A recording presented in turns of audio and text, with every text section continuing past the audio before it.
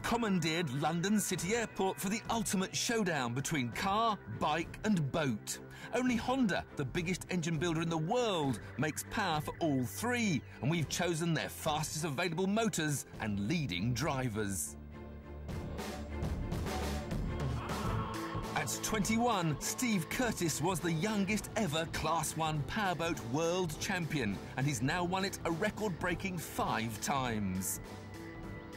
Last year, he won the Seagrave Trophy, awarded for outstanding performance in a vehicle on land, sea or air. His name now rightly sits alongside legends like Malcolm Campbell and Stirling Moss. His 225 horsepower boat is made of composite carbon and Kevlar, weighs 1,100 kilograms and can be bought for £50,000.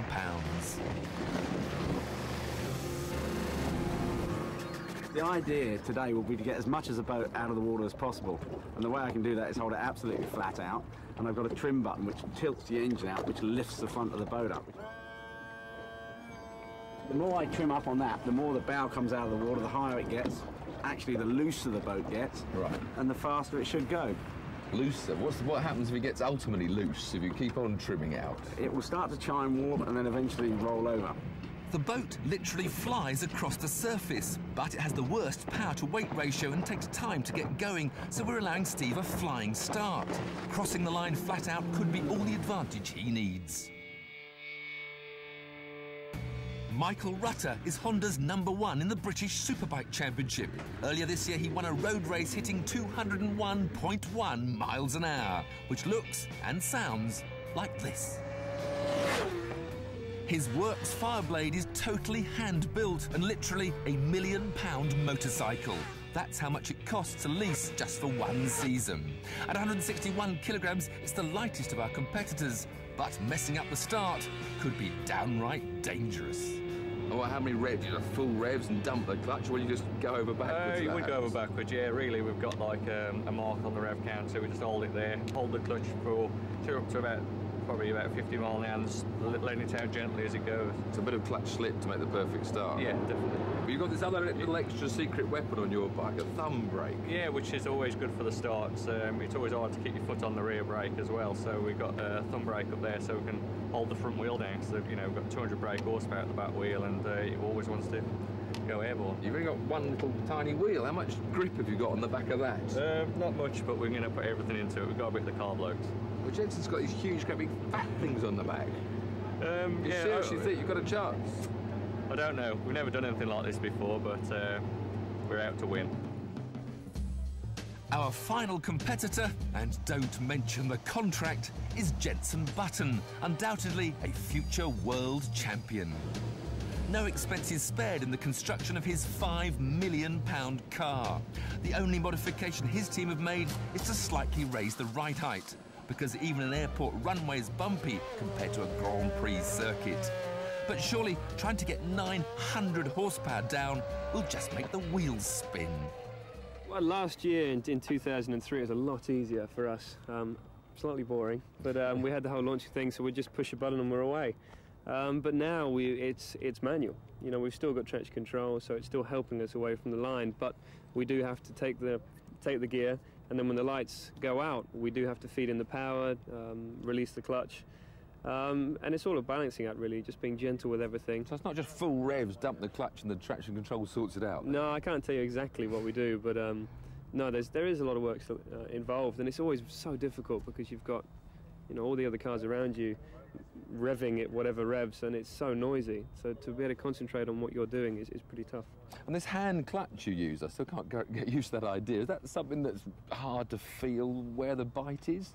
Well, you get used to it. I mean, even the first time I drove an F1 car, I found it pretty easy to pull out the garage. So hand clutch, a lot of feel, feeding revs. There's a lot of playing with both the hand clutch and the revs. There is, and I mean, you're just feeling what's happening with the rear tyres, the traction situation, because even though you have traction control, it doesn't work at very, very low revs, or it's not allowed to at very low revs. So there's still a lot of work involved for the drivers, which is good. So that's your runners and riders. Now it's time to race. The boat starts with a simple key because it uses a stock 3.3 litre V6 out of a road car. there's just one gear and, save for a kill switch, about the only extra is a flashing light. To save weight, the Works Fireblade does without a starter motor, so to get it going requires a slave engine and a highly trained engineer.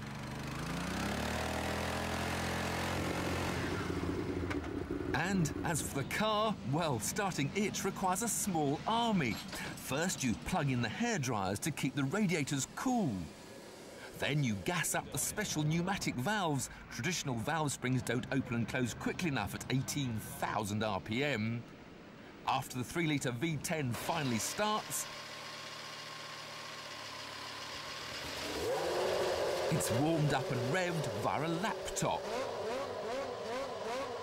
Then a highly trained engineer performs a shift check to ensure the gearbox is working properly. We'd like to do a shift check now, please.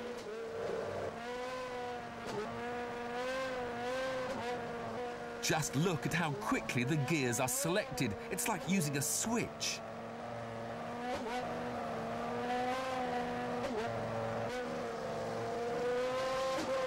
When everyone's happy, it's over to Jenson. Radio check, Jenson.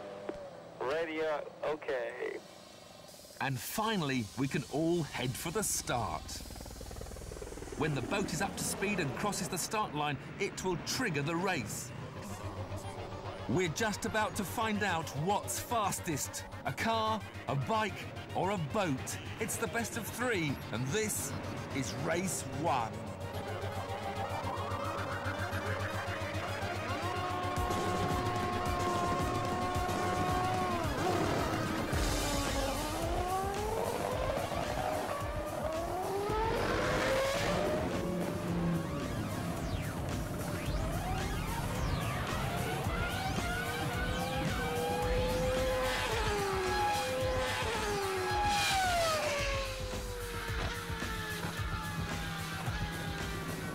Rutter makes a mega start and takes just 5.4 seconds to catch the boat. He finishes the quarter mile in 10 seconds, with Button taking 11 and Curtis 13.5. But Jenson has a problem with his car. Something wrong with the clutch, There's a gremlin in the anti-stall system, and the only cure is to turn it off.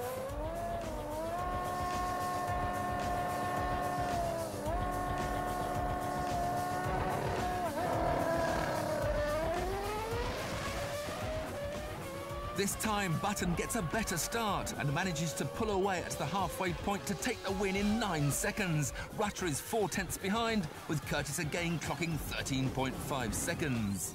Car and bike have a win apiece. Who will win the decider?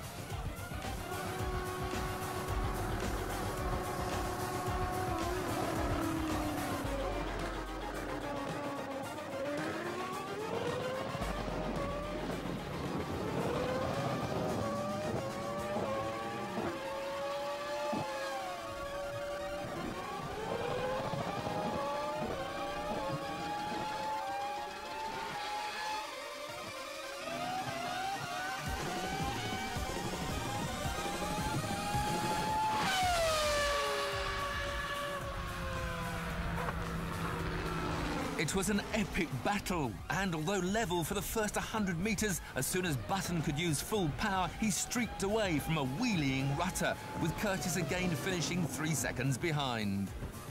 The boat may have more power than the bike, but it's simply too heavy to be a threat. Its top speed of 75 miles an hour is massively quick on water, but even crossing the line at full pelt isn't a big enough advantage. Although in fairness, it is the only one which comes with a warranty.